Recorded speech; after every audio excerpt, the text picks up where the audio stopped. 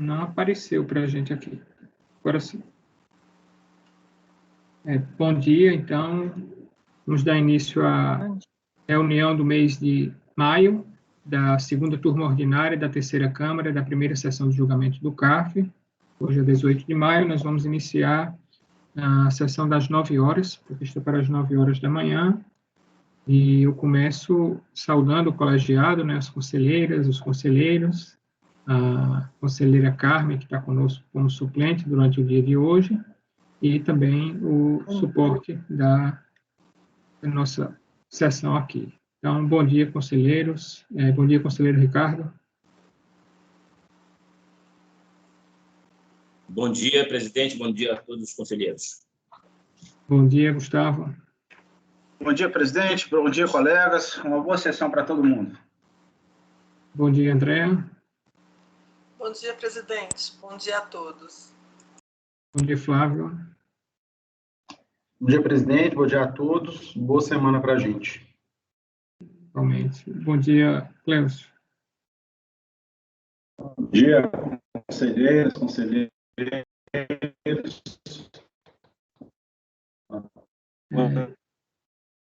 Semana de trabalho. Sua fala está cortando um pouco, Cleucio. Bom dia, Carmen. Bom dia, presidente. Bom dia a todos. E bom dia, Fabiana. Presidente. Agora estão me ouvindo? Bom dia. Agora sim, agora está contínuo. Então, renovando aí. Bom dia, conselheiras, conselheiros, e uma boa semana de trabalho para todos nós. Bom dia, conselheira Fabiana. Bom dia, presidente, colegas. Uma boa sessão para todos. Vamos dar início com o julgamento do item 1 da pauta, um processo que saiu com vista da reunião passada. O relator, o conselheiro Ricardo Marozzi, e o contribuinte Codema Comercial Importadora Limitada. Há um pedido de acompanhamento desse processo, então vou pedir ao suporte que convoque o doutor Alberto para entrar na sala. Ok, presidente, farei a convocação agora.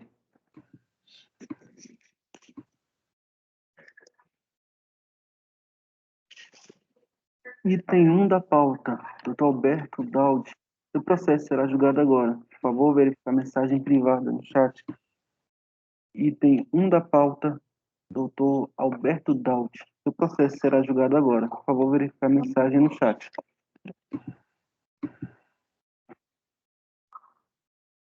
Pode convocar, presidente. Obrigado.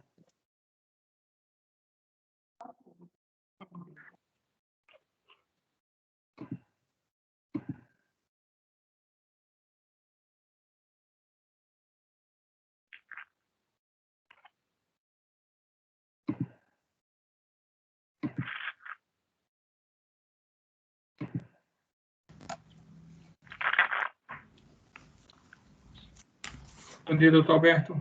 Bom dia a todos. Nós vamos fazer o julgamento do processo com o senhor patrono, do item 1 da pauta, o conselheiro Ricardo. O processo saiu com vista na sessão passada, estava na minha vez de proferir o voto, eu fiz o pedido de vista, só que o colegiado foi alterado, então nós vamos fazer novamente a leitura do relatório, e as conselheiras Carmen e Fabiana vão proferir o voto antes de eu fazer o meu voto. Então, Ricardo, a palavra. Bom, vocês acham que eu devo ler de novo todo o processo? É que a Carmen e a Fabiana não estavam presentes. Uhum. Então, vamos lá. Bom, esse caso aqui, são autos de infração de RPJ, CSL, fonte, referentes ao ano calendário 2004 e 2005, em que se constitui um crédito tributário de aproximadamente R$ 471 mil. No ano de 2002 e 2003, só houve o lançamento de fontes, um crédito de aproximadamente R$ 229 mil. O TVF, lá na fiscalização, sucintamente, entendeu que a empresa contratou serviços junto à empresa Incentive House, conforme o contrato de prestação de serviço firmado entre ambas. Os serviços prestados deveriam considerar basicamente o seguinte, que a empresa contratante transferia recursos financeiros à contratada. Tais recursos deveriam, em parte, ser repassados pela contratada, pessoas físicas, para pessoas físicas indicadas em relação elaborada pela contratante. A parte remanescente dos recursos transferidos seria o custo dos serviços prestados cobrados pela empresa Incentive House, que é a contratada. Em contrapartida ao recebimento dos recursos, a contratada emitia nota fiscal correspondente ao total dos valores mencionados, ou seja, os valores que ela deveria transferir às pessoas físicas indicadas, acrescidos do preço dos seus serviços. A transferência desses recursos às pessoas físicas referidas se daria através de crédito pela contratada em cartões do tipo cash card, de quantias pré-estabelecidas pela contratante. Tais cartões seriam, então, entregues àquelas pessoas físicas, ou então, caso as mesmas já tivessem a posse daqueles, os mesmos seriam apenas recarregados. De posse daqueles cartões, os portadores poderiam sacar os valores neles creditados em caixas eletrônicas, 24 horas, rede bancária credenciada. A fiscalizada foi regularmente intimada a esclarecer e comprovar, por meio de documentação hábil e idônea, a que título haviam sido pagos aqueles valores aos seus funcionários, e também a comprovar o efetivo recebimento dos valores por parte daqueles. Como resposta, a fiscalizada, a empresa Codema, informou que efetuou pagamentos a alguns de seus funcionários por meio da sistemática exposta, a título de premiações e gratificações. Embora a empresa tenha feito tais alegações, a mesma não logrou comprovar o efetivo recebimento das quantias por parte daqueles funcionários, não apresentando quaisquer documentos hábeis e idôneos que comprovassem a causa alegada para os pagamentos efetuados à empresa Incentive House. Em suma, a não comprovação da causa dos pagamentos, repasse de valores a seus funcionários por intermédio da Incentive House, traz duas consequências diretas, que a contribuinte realizou pagamentos sem causa comprovada à empresa Incentive House e que as despesas vinculadas àqueles pagamentos passam a constituir mera liberalidade por parte da fiscalizada, sendo, por conseguinte, desnecessária e, como tal, indedutíveis. Então, no ano de 2002 e 2003, no ano de 2002 e 2003, pela própria natureza desse tipo de despesa, que são despesas indedutíveis, por não serem necessárias à atividade da empresa, tais valores foram corretamente adicionados aos lucros líquidos daquele período. Ou seja, a própria fiscalizada havia concluído nesse período sobre a indedutibilidade daquelas despesas. Porém, em 2004, a fiscalizada contabilizou os valores daqueles pagamentos como despesas com gratificações a funcionários e não adicionou tais despesas ao lucro líquido do período correspondente.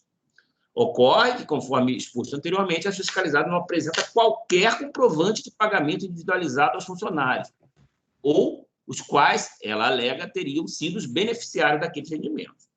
Desta feita, apenas despesas contabilizadas como gratificações de funcionários não foram comprovadas pela fiscalizada. Desculpa, apenas não. Desculpa que eu vou ler algumas coisas erradas aí, até por causa da minha visão, que está péssima, né? Mas vocês me corrigem aí. Desta feita, aquelas despesas contabilizadas como gratificações a funcionários não foram comprovadas pela fiscalizada de outra forma. O que foi comprovado documentalmente pela fiscalizada foram despesas efetuadas junto à empresa Incentive House, cuja necessidade para as atividades da empresa não restou comprovada. Tal fato, portanto, tornou tais pagamentos despesas desnecessárias e, portanto, deveriam ter sido adicionados ao lucro líquido dos períodos correspondentes. Então, o que nós temos é que são as infrações, então, como dito, no ano 2002 e 2003, meramente, né, o pagamento sem causa, né, tributado pelo fonte, e no ano de 2004 e 2005, além do pagamento da tributação pelo fonte, temos também a glosa das despesas na empresa. Bom, em sua impugnação, a empresa alegou que, contrariamente ao que foi sustentado, a impugnante teria apresentado todos os documentos requisitados pela fiscalização.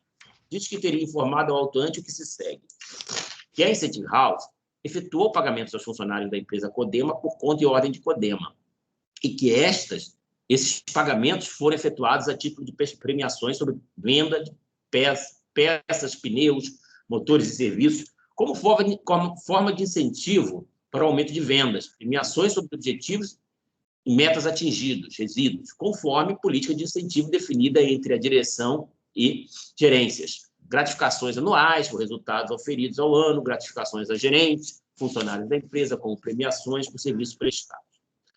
Todo o procedimento adotado, ela foi explicado dessa forma. Em posse de solicitação do pagamento, devidamente autorizado pela diretoria, gerência da CONEMA, o RH emite uma relação nominal dos beneficiários e o valor a ser distribuído a cada um, enviando a mesma para a Incentive House, que providencia a emissão da nota, compreendendo os valores a serem distribuídos, acrescidos de taxas de administração do sistema. A Incentive House responsabiliza-se pela emissão de cartão magnético em nome do beneficiário, remetendo ao mesmo e, posteriormente, envia uma senha pessoal e intransferível para a conta do beneficiário. Quando os recursos são disponibilizados, o beneficiário pode sacar no caixa do banco conveniado ou em caixas eletrônicos o total do valor em espécie ou pode, junto ao comércio varejista credenciado, adquirir bens para o consumo. É emitido pela Incentive House um único cartão para cada beneficiário, de forma que o mesmo pode receber ao longo do tempo a recarga de valores no mesmo cartão. Então, apresenta declarações DCTF e DIRF do ano de 2003 como comprovantes anexos. A relação dos funcionários beneficiados pelos pagamentos efetuados por meio da Incentive House, identificando, conforme solicitado pelo auditor fiscal, a nota fiscal, o nome do beneficiário, CPF, valor pago, data de pagamento, imposto de renda, na fonte, emissão, espécie de remuneração, vínculo empregatício. Diante disso, afirma não haver, no presente caso, pagamento sem causa, vista que o lançamento teria discriminado os destinatários de todos os pagamentos efetuados através da Incentive House e comprovado que todos os pagamentos foram feitos por seus funcionários a título de gratificação. Defende ser indiscutível a necessidade e normalidade do pagamento de gratificações a funcionários como forma de incentivar e incrementar as vendas por parte da empresa, de empresas que, como ela, dedicam seu comércio de veículos automotivos. Além disso, afirma ter juntado aos autos comprovação do recolhimento referente ao fonte de seus empregados contemplados. A manutenção de cobrança do imposto de renda da fonte, objeto da presente autuação, seria, então, um autêntico bis in idem. Defende ainda a não incidência de juros de mora sobre multa de ofício. Bom, a DRJ considerou improcedente a impugnação, basicamente alegando que não há como considerar como despesas necessárias, normais e usuais os gastos efetuados em desacordo com a legislação tributária e que sequer tiveram comprovado suas causas, ou seja, o real motivo de cada prêmio pago aos favorecidos. E que sujeita-se à incidência do imposto de renda na fonte, a alíquota de 35%, todo pagamento efetuado ou recurso entregue a terceiros, pessoas físicas, contabilizados ou não, quando não for comprovada a operação na sua causa. Bom, em seu recurso, essencialmente, a empresa repete as mesmas alegações contidas na impugnação para confrontar as razões de decidir do acórdão recorrido. É o relatório, presidente. Ok. Então, foi proferido o voto na sessão passada pelo conselheiro Gustavo, que divergiu do relator. Aliás, desculpa, faltou o voto, na verdade. Pode passar o voto, Ricardo, que é só acompanhamento. Eu voto. Perfeito. O recurso é tempestivo e preenche os requisitos de admissibilidade. Pela ordem, presidente, um segundo. Nós requeremos, além de acompanhamento, nova sustentação oral, aí teria sido, o e-mail que nós recebemos, teria sido indeferido, porque não teria alteração da composição da turma. E agora me foi demonstrado aqui que houve alteração. Então, eu creio que eu deveria fazer uma nova sustentação, embora eu nem tenha me preparado, só para esclarecer alguns pontos. Doutor Alberto, assim, só nos chegou o pedido de acompanhamento. Não chegou o pedido de sustentação. Não, nós fizemos o pedido de sustentação, aí veio um e-mail dizendo o pedido de sustentação foi indeferido porque não houve mudança na composição. E aí, como, de fato, não havendo mudança na composição, claro, a gente perde direito, eu não reclamei. Mas, como houve a alteração, mas a minha sustentação, como eu não me preparei na medida que foi indeferido, é só uma pequena anotação. Só checar com a ADPAGE acerca disso daí, porque diz assim, regimentalmente, né, a havendo mudança do colegiado, o senhor teria direito a solicitar essa sustentação, claro. Então, eu queria só checar com a ADIPAGE se houve esse pedido. Tem essa informação, Marco Antônio? Presidente, ainda não. Tenho que confirmar lá. Vou ligar para saber. Eu posso localizar aqui nos meus e-mails a resposta da secretaria informando que eu não poderia fazer sustentação. Se ela diz que eu não poderia, é porque eu pedi, né? Entendeu? Uhum.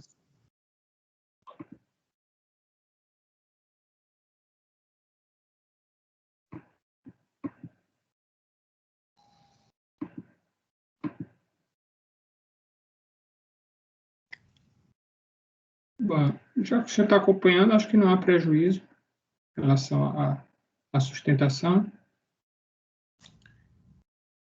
Então, Ricardo, antes de você proferir o voto, eu vou abrir para o doutor Alberto fazer a sustentação. Tá? Então, a palavra está com o senhor, doutor Alberto, por até 15 minutos. Tá, obrigado. É só pontuações, porque, enfim, o auto de infração, ele teve, foi baseado em dois fatos. Suposta falta de comprovação da causa dos pagamentos, e a glosa de despesas relativas a este pagamento por considerar desnecessária. Bom, a causa desses pagamentos é o próprio contrato com a Incentive House, que está transcrito na página 10 da decisão, que é um contrato que tem ligação com o programa de estímulo ao aumento da produtividade. Então, para aumentar a produtividade dos seus funcionários, fez esse contrato com a Incentive House, em que colocava-se à disposição dos funcionários o Flex Card, que ia sendo colocado crédito nele na medida em que o funcionário tivesse um bom desempenho, e aí ele receberia premiações e bonificações. Então, a causa do pagamento é o contrato com a Incentive House e o consequente desempenho dos funcionários na venda dos produtos da empresa.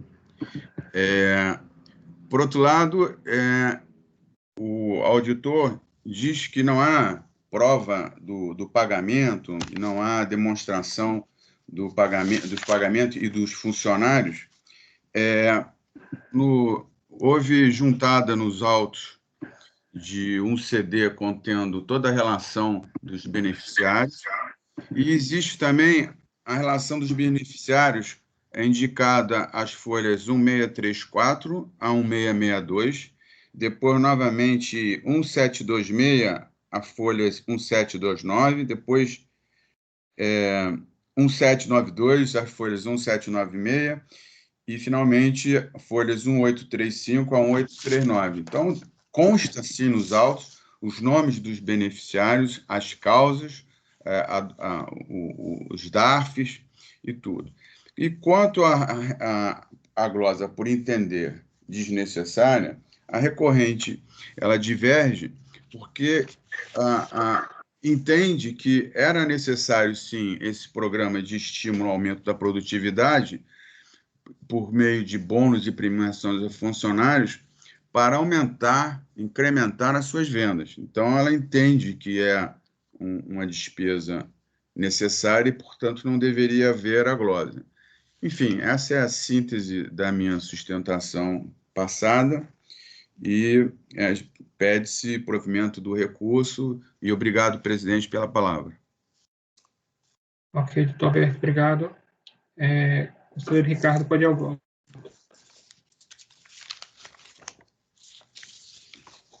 Ok. Bom, como eu disse, o recurso é tempestivo para estes requisitos de admissibilidade. Como relatado, a interessada não acrescentou nenhuma novidade ao seu recurso. Para confrontar as razões de decidir do acordo recorrido, repetiu as alegações já contidas em sua impugnação. A DRJ, entretanto, foi precisa quanto à ausência de comprovação da causa alegada, isto é, não foi apresentada, tanto no curso do procedimento fiscal, quanto por ocasião da impugnação, documentação comprobatória de que os pagamentos teriam origem em um sistema de premiação por produtividade ou desempenho. Nesse sentido, o seguinte trecho é absolutamente claro sobre a insuficiência dos documentos que haviam sido apresentados. Peço vênia para lê-lo. Note-se serem inócuos os argumentos da impugnante no sentido de que teria apresentado toda a documentação no curso do procedimento, vez que não consta de sua relação o fornecimento de comprovantes individualizados dos pagamentos dos prêmios, além dos comprovantes de rendimentos, demonstrando a efetiva retenção do fonte sobre tais valores. Embora a impugnante tenha buscado elaborar demonstrativos que reconstituíssem os recolhimentos alegados, os DARF apresentados possuem valores não coadunantes com os valores que seriam devidos em decorrência dos pagamentos efetuados a cada beneficiado, mostrando-se frágil a tentativa de relacioná-los aos valores apresentados nas planilhas e relatórios. Ademais, as planilhas não possuem qualquer suporte documental a respaldar as declarações nelas acostadas. Cite-se como exemplo o período de janeiro do ano de 2002. Informa a autuada em sua planilha ter pago à funcionária Edna de Sarrec Silva o valor de R$ 415, está lá nas folhas 711, com diferença de fonte a recolher no valor de R$ 73,24. A nota fiscal da empresa Incentive House, as folhas 695, não faz qualquer referência a pagamentos individualizados, trazendo apenas valores por cupons de R$ 50, R$ 35, R$ 25, R$ 20, R$ 15 ou R$ 10, tendo como preço total R$ 2.392,50. O DARF é apresentado pela impugnante como sendo correspondente ao recolhimento do fonte de janeiro de 2002, as folhas 714, no valor de R$ 394,76, sobre o código 0561, que é aquele sobre fonte sobre rendimento de trabalho assalariado, englobaria o fonte devido sobre o prêmio que teria sido pago à funcionária Edna. Ora, inexistindo identidade de valores e ausente documentação hábil a respaldar as alegações contidas na planilha elaborada pela defesa, não há como atestar serem tais DARF referentes aos valores questionados. Some-se a isso o fato de que, no ano calendário em questão, os valores dos referidos prêmios foram reconhecidos pela própria impugnante como despesas de brindes, e não como rendimento sobre salário assalariado, como reflete o código do recolhimento do 040561 constante do DARF. Constate-se, pelo exposto, não se mostrar possível a confirmação do alegado, vez que não há meios de se aferir efetivamente. Referiram-se os DARFs recolhidos, as folhas estão aí, 715, 718, 761, 766, 887, 834, 830, 876, esses daí se refeririam ao fonte devido sobre os valores objetos da autuação. Volto ao meu voto. Então, a instância quo expôs claramente as inconsistências dos valores individualizados nos demonstrativos em contraste com os valores agregados nas notas fiscais e comprovantes de recolhimentos do fonte. Apesar disso, a recorrente apenas insistiu que a documentação já apresentada seria suficiente, porque todos os valores pagos à Incentive House, com exceção da comissão por esta retida, eram destinados ao pagamento de gratificações e que a mera existência de comprovante de retenção do imposto incidente sobre tais pagamentos caracterizaria um autêntico bis in idem no tocante ao fonte. Ora, diante das incongruências apontadas, o mínimo que se poderia esperar era um recurso com explicações detalhadas, capazes de, pelo menos, demonstrar a verossimilhança dos valores envolvidos e sua relação com alguma sistemática de premiação. Não foi isso, contudo, que se fez. As contradições expostas pela decisão recorrida me parecem insuperáveis para que se possa dar razão à pretensão recursal quanto à dedutibilidade dos pagamentos e o afastamento da incidência do fonte. O que concerne a não incidência dos juros sobre multas, para além daquilo que já foi argumentado na decisão de piso, acrescenta-se o fato de que a questão já foi pacificada no âmbito do CARF, conforme a súmula 108 que eu reproduzo aí. Pelo exposto, oriento meu voto no sentido de negar provimento ao recurso voluntário, né? Foi essa aí a minha posição na sessão passada, presidente. Obrigado, conselheiro Ricardo. Então, o relator votou por negamento. O conselheiro Gustavo divergiu do relator para dar provimento em relação à parte do lançamento relativo ao imposto de renda retido na fonte. A conselheira Andréa acompanhou o relator. O conselheiro Flávio acompanhou a divergência e o conselheiro Cleucio dava provimento integral ao recurso voluntário. Então, não sei se Fabiana ou Carmen precisa de algum esclarecimento ou se a gente pode passar para o voto.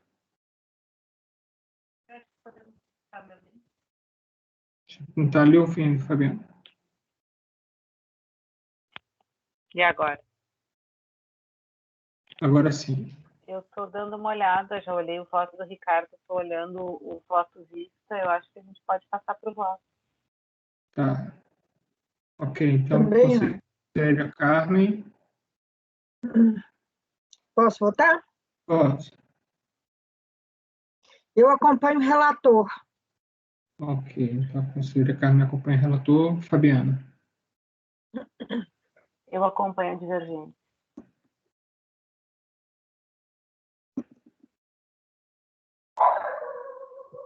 Eu também vou acompanhar a divergência, né? Eu até preparei um voto vista. Coloquei na pasta, não sei se vocês viram.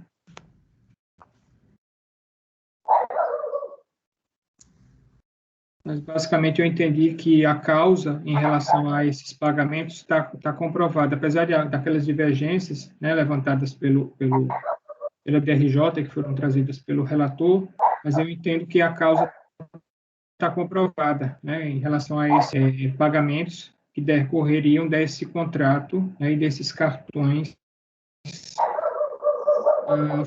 FlexCard. As eventuais divergências ou a insuficiência de recolhimento ensejaria um outro tipo de lançamento, que não foi o que foi feito pela autoridade fiscal. Tá? Eu também vou acompanhar a divergência.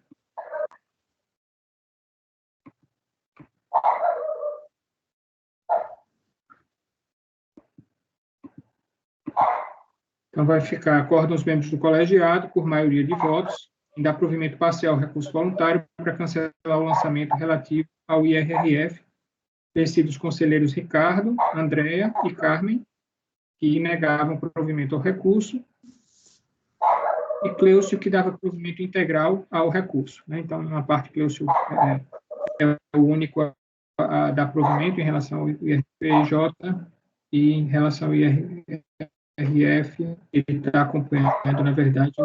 Eu acho que eu vou ter que na verdade, que dividir isso daí, porque senão, na parte relativa ao IRRF, o Cleucio, na verdade, está votando com a divergência. Tá? Só alterar aqui só um instante.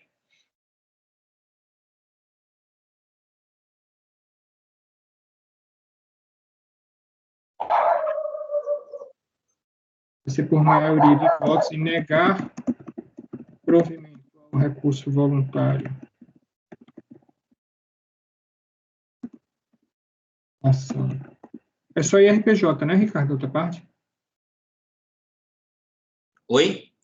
Outra parte é só IRPJ, não é isso? CSL também, né? A CSL também? Tá.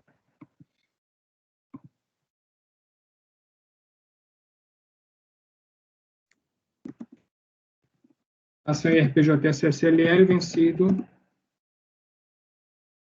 do Cleucio.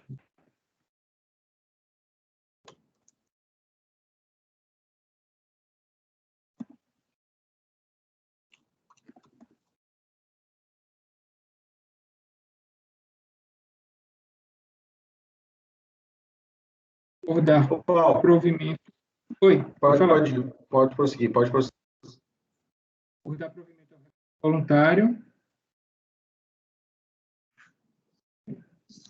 quanto ao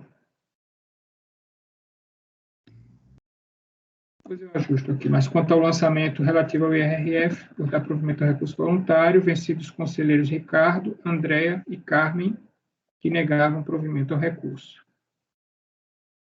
Como eu já fiz o voto visto, eu vou me designar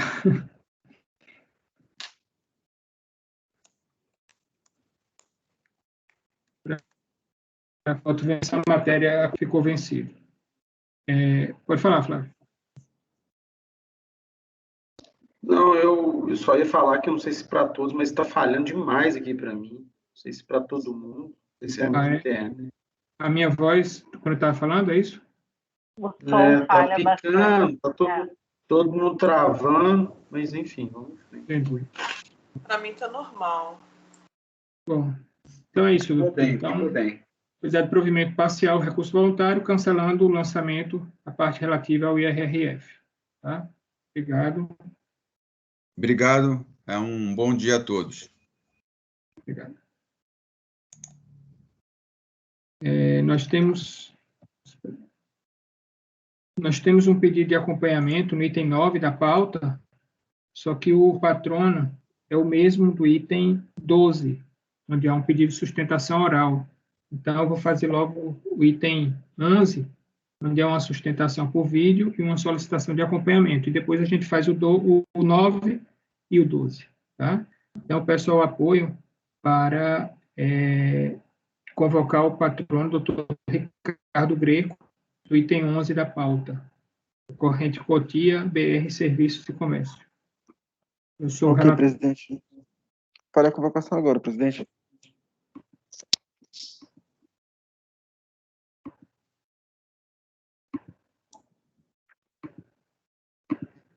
Item 11 da pauta, doutor Ricardo Greco. O processo será dado agora.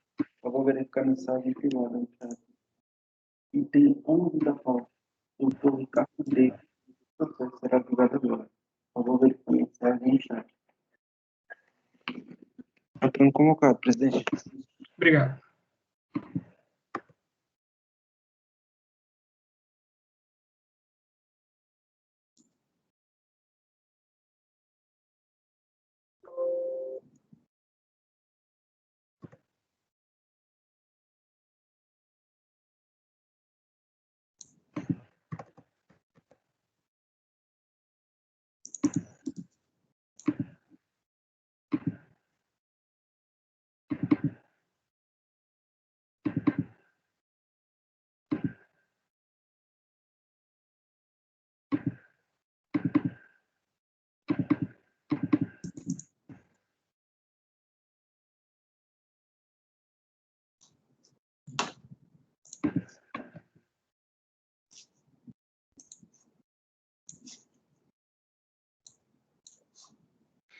Esse tempo que se perde.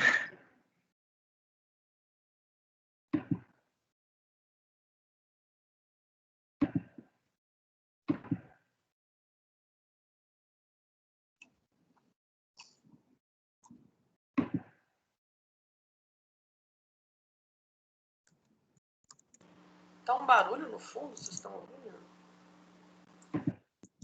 É o presidente digitando aí, né? Não?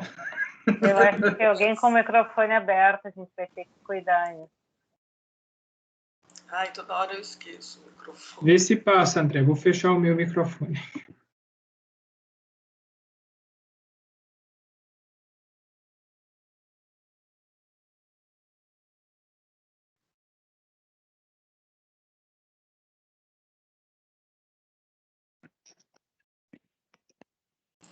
Presidente, vai ter bastante videoconferência hoje. Né? Presidente. Pois não, amor. Eu estou fazendo a convocação oral aqui ao doutor Ricardo Greco, porque ele não está respondendo. Ele não está ouvindo? Não, eu acho que ele não se encontra em frente ao seu computador, porque todos os patronos estão na sala, né? Inclusive, ele está na o presidente sala lá, mas não está respondendo. está perguntando se não seria a vez dele. Não, é porque eu ia passar, mas tudo bem. Vamos fazer logo o item. Então, o item 9, e depois, na sequência, o item 12, e aí a gente volta para o item 11, tá? Então, pode convocar o doutor Ravi, do item 9. Ok, farei a convocação. Recorrente é Vidigal Prado, relatora é a conselheira Fabiana. Ok, presidente. Item 9, Dr. Ravi Medeiros. O processo será julgado agora. Por favor, verificar a mensagem no chat. Item 9 da pauta. Dr. Ravi Medeiros. O processo será julgado agora. Por favor, verificar a mensagem no chat. E na Patrão sequência a convocado, gente já faz o presidente. seu, tá, Ricardo? Item 12.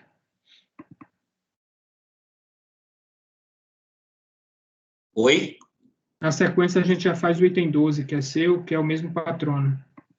Tá bom. Sugestão da Andrea, para otimizar o tempo. O conselheiro André está no treinamento de VAR, ela disse. Tem que ficar à altura dessa turma aqui, que só tem VARs, né?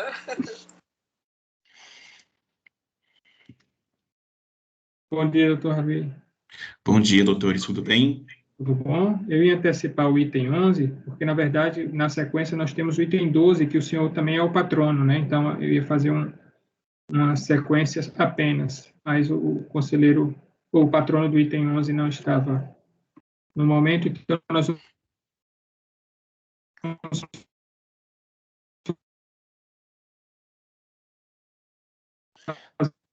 Tá travando aqui para mim. o item Presidente, tá travando o seu vídeo. na sequência a gente já faz o item 12, tá? Então, nós vamos fazer o item 9. Está travando ainda? Agora tá destravando.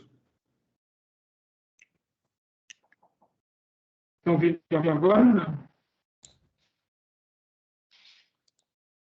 Presidente, está travando um pouco tanto o vídeo quanto o som está saindo cortado. Não sei se vocês Presidente, a sua rede de internet ela é dual band, ela tem aquelas 5 MHz e 2.4 MHz. Se tiver, tenta trocar de um para o outro. Pelo menos funcionou comigo. Vou verificar aqui.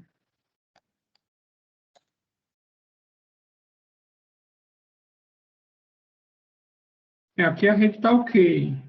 A velocidade está boa.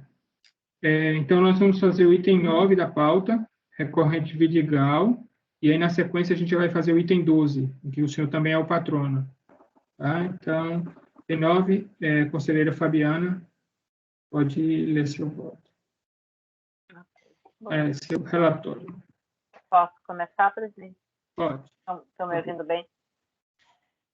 Trata-se de recurso voluntário que rejeitou manifestação de inconformidade interposta contra o despacho decisório que reconheceu parcialmente o pedido de restituição protocolado em 18 de julho de 2002.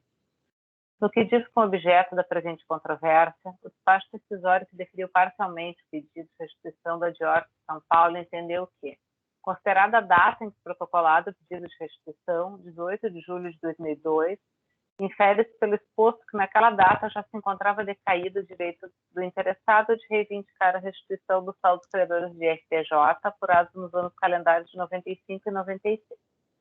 Inconformada, a recorrente apresentou manifestação de inconformidade, onde alegou em suma que o prazo prescricional para pedido de restituição de tributos sujeitos a lançamento por homologação seria de 10 anos a partir do pagamento do tributo. Transcreve jurisprudência do STJ e doutrina e pede que seja reconhecido seu direito de restituir os valores indevidamente recolhidos nos anos de 95 e 96. O acórdão de folhas igualmente assentou que os créditos cuja restituição foi buscada pela contribuinte estariam decaídos. E aqui eu transcrevo uma parte do acórdão. No recurso voluntário, a recorrente, em síntese, defende a possibilidade de buscar a restituição dos pagamentos havidos em 95 e 96, pois a previsão do prazo de 5 anos da Lei Complementar 118 é posterior ao seu pedido e não pode ser aplicada retroativamente. E até então, o prazo para se pleitear a restituição era de 10 anos, conforme o posicionamento dos tribunais superiores, especialmente do STJ, dos quais transcreveu inúmeros excertos. Entende que os critérios fixados pelo STJ devem ser aplicados, o que inclusive se observa em decisões administrativas igualmente reproduzidas. Insurge contra o argumento da decisão recorrida, no sentido de que o artigo 900, inciso 1 do Decreto 3.000 de 99, seria expresso ao enunciar que a extinção do crédito tributário que tratam os artigos 165, inciso 1 e 168, inciso 1 do CPN, refere-se ao pagamento ou recolhimento indevido, pois, segundo a recorrente, esse dispositivo não poderia ser aplicado ao caso concreto por conflitar com as disposições do 168, inciso 1 do CPN, que matérias como prescrição e decadência são reservadas à lei complementar, o que reforça a impossibilidade de aplicação do dispositivo mencionado veiculado por meio de decreto. Ao final, requer seus recursos conhecido e provido para que seja reconhecido o direito da recorrente de restituir os valores indevidamente recolhidos nos anos de 95 e 96. É o relatório. Ok, obrigado, conselheira. Um vídeo, vou compartilhar aqui com vocês.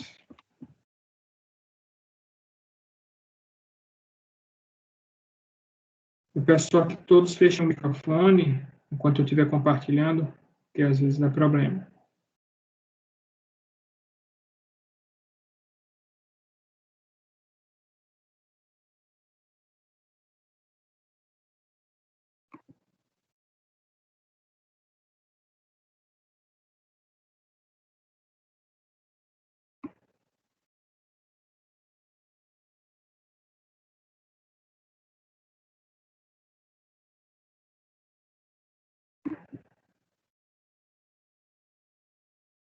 Só um instante, que eu acho que aqui não tem como compartilhar o link.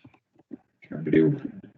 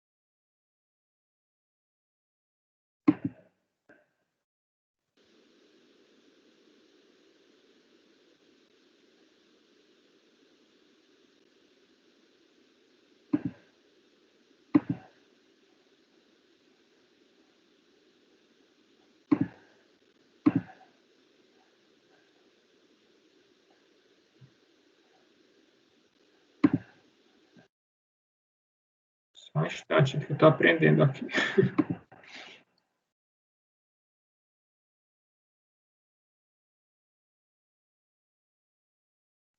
Acho que agora vai.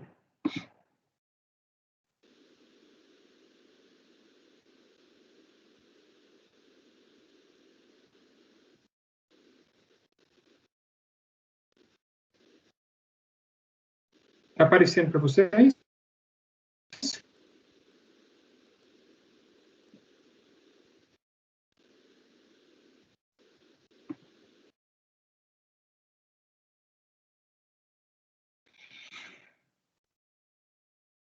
Estava aparecendo o patrono, não?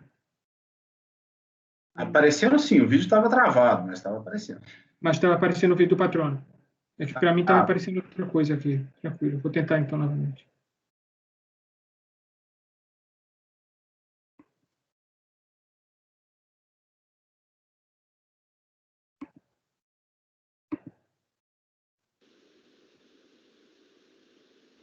Senhor presidente, relator, ilustres conselheiros, bom dia. Item 11 da pauta, recorrente Cotia Trading, processo retornando após diligência. Senhores, a questão posta em julgamento na sessão realizada em 5 de abril de 2016 decidiu em saber se o saldo credor de RPJ em nome de Cotia BR, incorporada pela recorrente 28 de junho de 99, é objeto desse processo. Naquela sessão, os autos foram remetidos. Presidente, licença. Está em julgamento o item 9. Desculpa.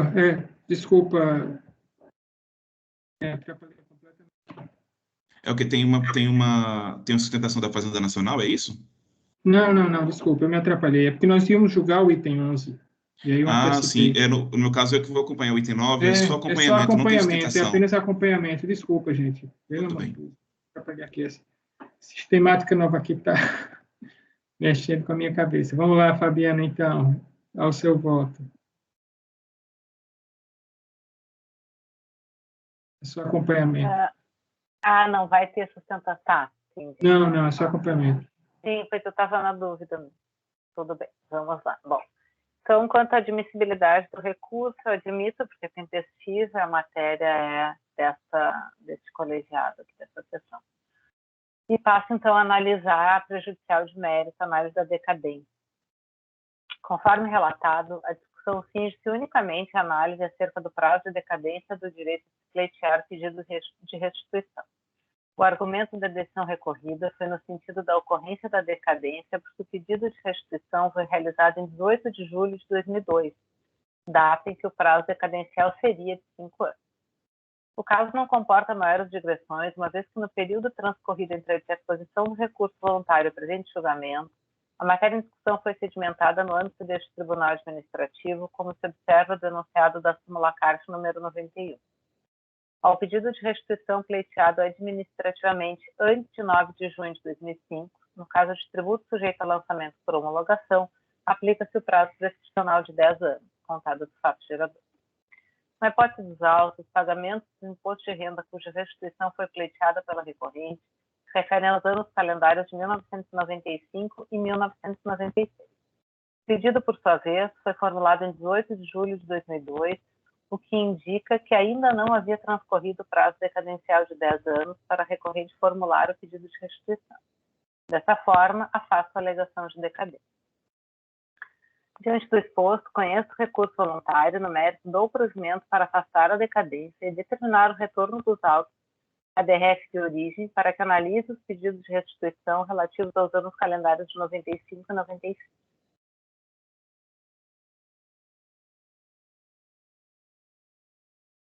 Fabiana, só uma dúvida. No recurso, ele está pedindo simplesmente para afastar a decadência? Ou ele já entra no mérito? Porque senão a gente costuma dar provimento parcial, né? Deixa eu só olhar aqui. Ô, Paulo, não sei se você reparou, mas o Gustavo caiu aí, não sei. Pois é, eu ia falar que o Gustavo estava aparecendo como numa sala de espera.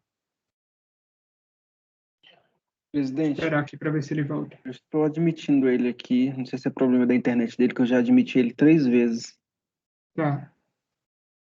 Não, Paulo, ele não entra no mérito, ele só pede para que seja reconhecido o direito de restituir os valores indevidamente recolhidos, para afastar a alegação de decadência. Não teve discussão do mérito do crédito. Tá, tudo bem.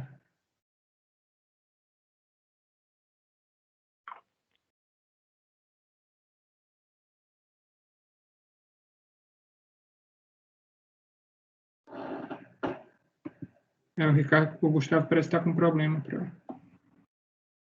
Vamos colocar ele em ausência momentânea, né? A gente pode clicar no admitir aqui, para mim aparece que o Gustavo está aguardando. Vou admitir ver o que acontece. Para mim não aparece, não. Parece que ele entrou aí, não, Fabiano? GFI. Está nos ouvindo, Gustavo? Eu não sei se essa troca está sendo boa. É verdade. Coloca a ausência momentânea, presidente. Ricardo. Bom, eu acompanho a relatora, só não entendi muito bem porque dá o provimento sem ser parcial. Eu entendia que quando a gente faz essas determinações de retorno, seja a unidade de origem, seja a DRJ, nesse sentido, a gente dá provimento sempre parcial.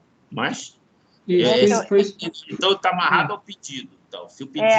Exatamente. Eu dei integral porque não tem pedido de discussão do crédito, do pedido de restituição, é só para afastar a decadência. Restituição ou ele está pedindo para devolver para a unidade de origem? Ele está pedindo para afastar a decadência, por isso que eu dei provimento integral. Se não foi analisado o pedido sob a alegação de que teria ocorrido a decadência. Bom, tudo bem. Por isso que eu dei provimento integral. Eu acompanho. Gustavo, está entre nós. Está ouvindo, Gustavo? Simplesmente foi embicudado. Você conseguiu ouvir, acompanhar o julgamento ou prefere que ficar em audiência? Eu não ouvi nada, presidente, mas aqui, precisa não, né? Eu acompanho, eu consigo acompanhar o voto aqui. Você conseguiu acompanhar? Ok, tudo bem. A Fabiana já leu o voto? Já. Tá, mas tá ok. Súmula, né? Uhum. Tá bom, eu posso votar, presidente. Tá. Andréa? Eu também acompanho a relatora, presidente. Doutor Ravi, o senhor quer esclarecer algum fato? Eu acho que ele caiu agora. Para mim não aparece. Ele levantou a mão e... Aqui ele está pedindo para entrar, está no log. Entrou. Doutor Ravi, o senhor queria esclarecer algum fato? Não, porque na verdade eu não estava ouvindo, mas tá, acho que foi porque minha internet ela travou também. Só isso. Ok, tranquilo. Então, Flávio? Com a relatora, presidente. Cleucio? Também acompanho a relatora, presidente. Carmen? Acompanho a relatora. Eu também acompanho a relatora. Então, por unanimidade de votos, parcial, desprovimento, né, no caso, o recurso voluntário para devolver o processo. Ficou para a unidade de origem, né? Isso, ok. Afastar a decadência e devolver o processo à unidade de origem. Ok, doutor? Então, nós vamos fazer agora o item 12 da pauta. A recorrente é o banco ABN AMRO Real, relator conselheiro Ricardo, né? Há um pedido de oral nesse processo, do Ravi também, e há um pedido de acompanhamento do doutor Daniel e um pedido de videoconferência da doutora Marina. Então, vou pedir ao apoio que convoque o doutor Daniel e a doutora Marina. Esse processo, esse item 12, é um processo paradigma, e nesses processos repetitivos há pedidos de sustentação oral. Ok, presidente, farei a convocação agora. Doutor Daniel e doutora Marina. Presidente, o item 22 também eu estou acompanhando, tá? Isso. Presidente, será que alguém tinha aventado que aqui não poderiam ficar mais 10 pessoas na sala? Alguém vai ficar, não vai aparecer, só na hora que falar. Tá, mas ela consegue acompanhar, né? Ela só não aparece. A gente só não vai conseguir ver aqui, né? Alguém vai sair, eventualmente até um conselheiro vai desaparecer e vai ficar só a marcação embaixo da presença, mas todos estarão presentes.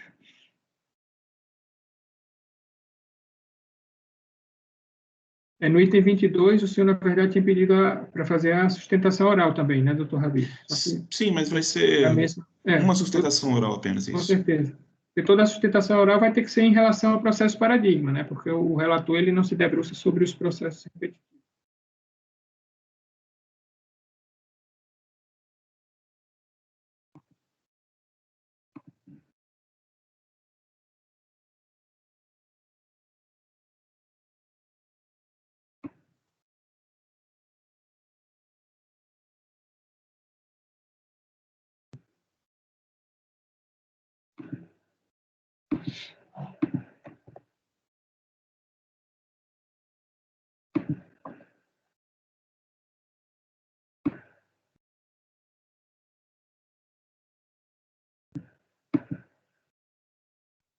patronos convocados. Presidente. Obrigado.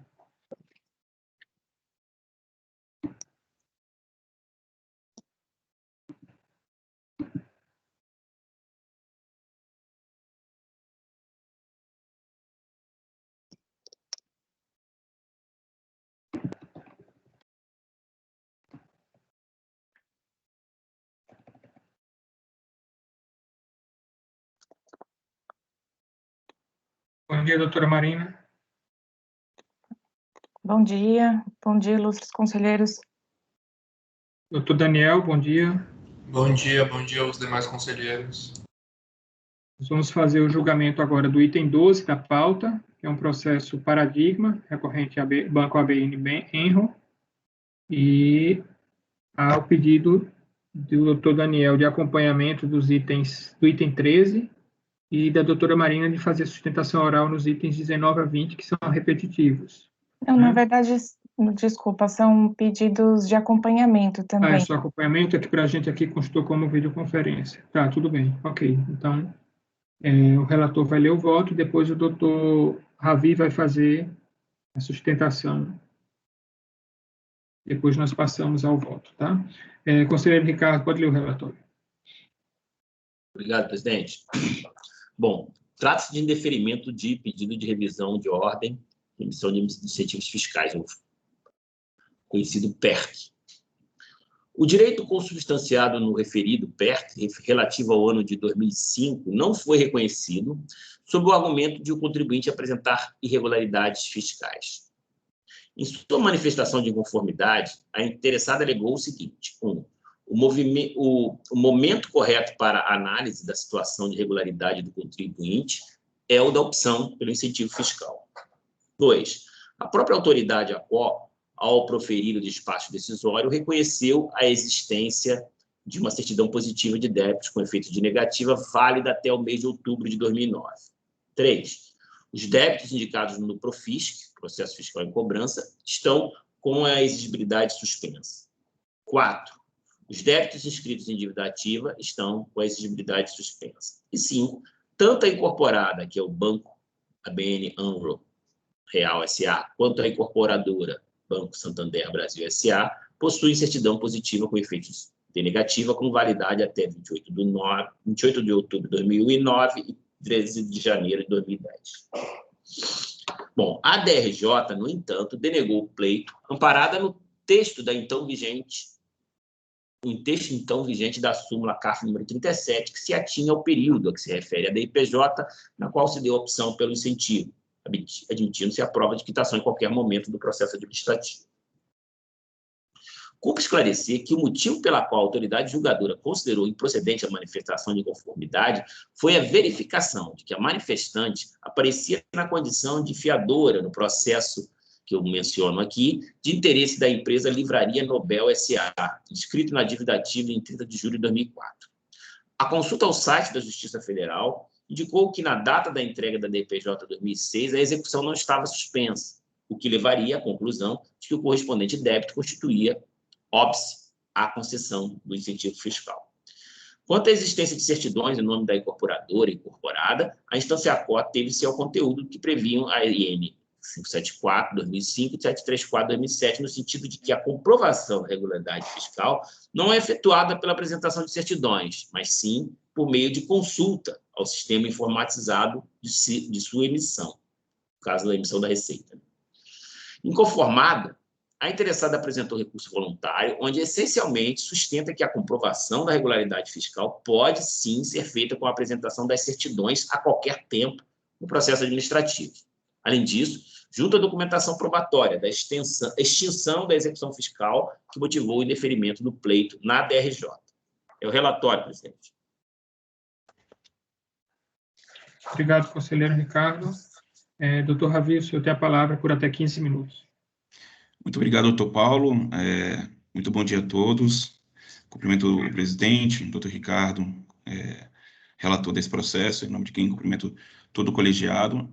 A questão ela é de conhecimento de todos vocês. Não vou demorar aqui, mas por dever de ofício fazer essa defesa. A questão é a possibilidade do reconhecimento da regularidade fiscal da recorrente, que destinou parcela do seu RPJ ao FINOR e que havia sido indeferido o pedido por estar irregular, né? Em função da irregularidade fiscal. E aqui há 2 pontos. Primeiro, se certidão positiva com efeito de negativa faria essa prova, e 2, esse segundo débito em aberto, em função de ser fiadora, né, de uma outra empresa. Em relação a esse débito, já foi comprovado nos autos que o débito, inclusive, ele foi quitado mediante pagamento, né? Então, não há se falar mais em irregularidade fiscal. E também que é de conhecimento de todos que a certidão positiva com efeito de negativa faz prova, sim, da regularidade fiscal. E desde a manifestação de conformidade, a recorrente ela juntou essas certidões positivas com efeito negativas, essa certidão que ratifica a sua regularidade fiscal perante a Receita Federal e que que viabiliza com que a recorrente possa destinar parcela do seu RPJ ao FINOR. É de conhecimento de todos, né, a aplicação da súmula 37, em que a comprovação da regularidade fiscal pode ser feita em qualquer momento do processo, independente do momento em que o contribuinte ficou regular perante o fisco. Então, nesses termos,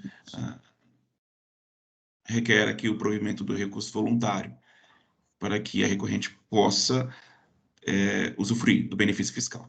Então, somente, conselheiros, muito obrigado pela oportunidade. Obrigado. Algum esclarecimento? Então, o conselheiro Ricardo pode ir para a voto. Obrigado. Bom, o recurso é tempestivo e preenche os requisitos de admissibilidade. Independentemente das provas da extinção da execução fiscal que motivou a decisão recorrida, importa notar que a própria súmula CARF número 37, na sessão extraordinária do Pleno, realizada em 11 de setembro de 2018, sofreu alteração no conteúdo do seu texto justamente para esclarecer a questão do presente litígio em favor da pretensão recursal. E aí, né, o texto ele foi alterado e eu destaco aqui a informação de que Bom, vou ler aqui. Para fins de deferimento do PERC, a exigência da comprovação da regularidade fiscal deve-se ater aos débitos existentes até a data da entrega de declaração de rendimentos da pessoa jurídica, na qual se deu a opção pelo incentivo, admitindo-se a prova da regularidade em qualquer momento do processo administrativo, independentemente da época em que tenha ocorrido a regularização, e inclusive mediante a apresentação de certidão de regularidade posterior à data da sua opção. Destaquei aqui esse último trecho. Portanto, diferentemente do que sustentou a instância ACO, as certidões positivas com efeito de negativas, com validades até 13 de 10 de 2010 e 28 de 10 de 2009, carreadas aos autos, ainda antes do pronunciamento do acordo recorrido nas folhas 562 e 563, já seriam suficientes para decidir o caso. As provas de extinção da execução fiscal trazidas com recurso, folhas 726 a 734, só reforçam a necessidade de se dar razão à recorrente. Nada obstante, como se pode verificar no item 11 do relatório que fundamentou o despacho decisório proferido pela unidade de origem, folhas 168 a 171, a irregularidade fiscal que motivou o indeferimento do PERC foi apontada em caráter preliminar. Confira-se aí o seguinte trecho, item 11. Antes da apreciação do pedido da interessada neste processo de revisão, quanto ao mérito, deve-se verificar em caráter preliminar se a interessada pode usufruir do incentivo fiscal em questão, considerando o que dispõe a legislação que rege a matéria. Nesse intuito, foram consultados o CADIM, o CISBACEN e os requisitos de regularidade mantidos pela Receita Federal, PGFN, INSS e Caixa Econômica FGTS. Então, de acordo com o que consta nos autos, o extrato que motivou a não expedição da ordem de emissão de incentivo fiscais ao FINOR apresentava outras 2 ocorrências. Número 1, de redução do valor por opção acima do limite legal do fundo, e 0,5, redução de valor por erro na apuração da base de cálculo na declaração. Destarte, a unidade de origem deve seguir com a apreciação do mérito do PERC. Então, eu oriento meu voto no sentido de dar provimento parcial ao recurso voluntário para superar a questão da irregularidade fiscal e determinar que a unidade de origem prossiga na apreciação do mérito do PERC apresentado. Então, o relator está dando provimento parcial. Aqui sim, né, Ricardo? Aqui ele já havia o pedido já relativo ao mérito, portanto, o provimento é parcial. Né? Agora eu teria que olhar, eu não lembro. Não, tranquilo. Conselheiro Gustavo? Mas ele deu um parcial provimento, presidente. Isso, exato. Então, é isso que eu falei. É porque naquele caso da Fabiana, no item anterior, a rigor seria a mesma solução, seria provimento parcial, e a gente deu provimento integral porque ele só estava atacando a questão da decadência. Entendi. Presidente, eu concordo com o relator em voto. Eu só faço uma crítica a esse tipo de despacho. Essas questões tinham que ser resolvidas desde cara contra tudo, e não só contra essa preliminar de regularidade, porque aí lá vai esse processo voltar lá para baixo, fazer todo o exame de novo para voltar de novo para a gente, né? É uma crítica que eu faço aqui, formal, mas eu concordo com o relator, acompanho integral. Ok. Conselheiro André? Acompanho o relator, presidente. Conselheiro Flávio? Com o relator, presidente. Cleucio? Também acompanho o relator, presidente. Carmen? Acompanho o relator, presidente. Fabiana? Também acompanho o relator. Também acompanho o relator. Então, acordam os membros do colegiado, por unanimidade de votos, dar provimento parcial ao recurso voluntário para superar a questão da irregularidade fiscal e determinar o retorno dos autos à unidade de origem para que prossiga na apreciação do mérito do PERC apresentado nos termos do relatório e voto do relator.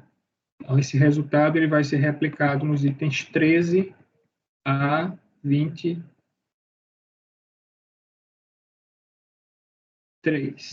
Acho que é isso. Isso.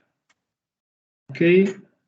Doutor Davi, doutor Daniel, doutor Ravi, doutora Marina, obrigado. Eu que agradeço. Tenha um ótimo julgamento para vocês. Obrigado. Bom dia. Obrigado, bom dia. Bom dia. Paulo, esse resultado se aplica 13 e 23, mesmo sendo empresas diferentes, é isso? Isso, exatamente. Que limpada de pauta, hein? Eu acho que sim, esse tipo de coisa, provavelmente, eu duvido que os recursos sejam idênticos. Eu não sei como eles conseguem fazer esse paradigma. Mas isso aí é previamente a essa análise, né? Então, dá para fazer o item 9 ou querem um intervalo? Intervalinho, eu preciso só 2 minutinhos. Então, eu vou pedir ao apoio para suspender a gravação. Okay, também só lembrando que o patrono já se encontra na sala de espera do item 11. Ok, na volta a gente... O 9 já foi, Paulo. É o item 11 que falta.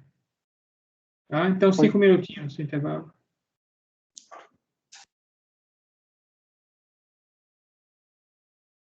Gravação interrompida, presidente. Obrigado.